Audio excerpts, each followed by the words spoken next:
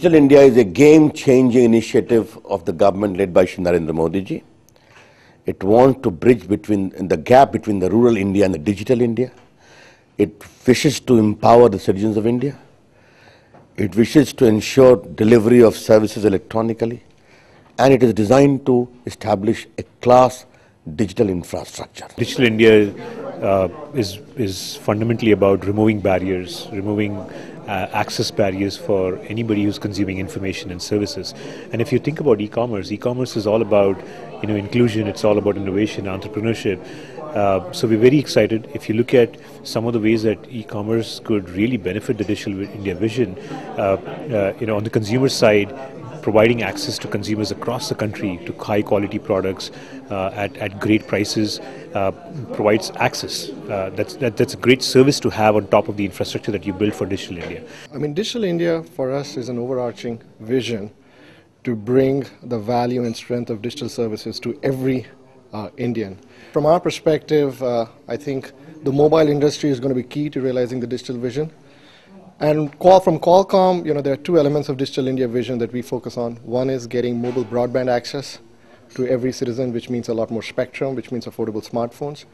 And also as part of the Make in India campaign to focus on making India a design hub for mobile phones and mobile IC designs. Digital, from a Google perspective, we consider two key pillars of digital.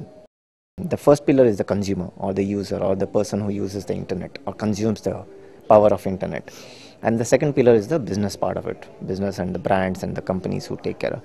So from a consumer point of view, of course, there are many benefits of internet, all of us know, be it education, be it healthcare, be it the fundamentals of how to live.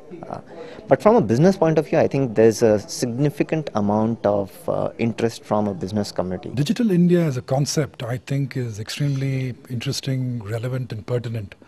At a time when there is a tremendous amount of optimism, at a time when people are looking at doing things in new, inventive ways. The fact that for the very first time you have a government that has laid out a technology roadmap, for the very first time you have a government that is looking at a more coordinated approach to empowering the masses with technology. So that, I think, is extremely gratifying and encouraging for companies like Google. Digital India means empowering 1 billion Indians with the power of technology and realizing the potential of India using its soft power.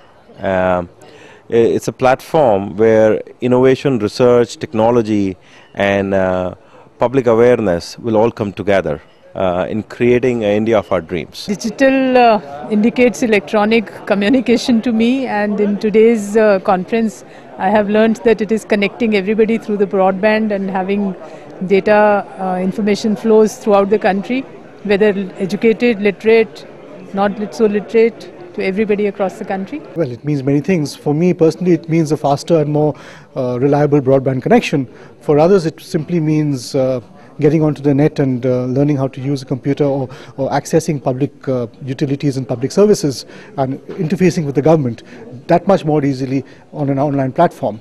For still others, it probably means just learning how to use a keyboard. Digital India, for me, means something very special. It means dignified India. If at the end of the day we cannot bring dignity to the poorest of the poor, people who are struggling in their daily lives, then Digital India means nothing. For me, that is the most important element of making sure that the whole campaign reaches those people that need it most.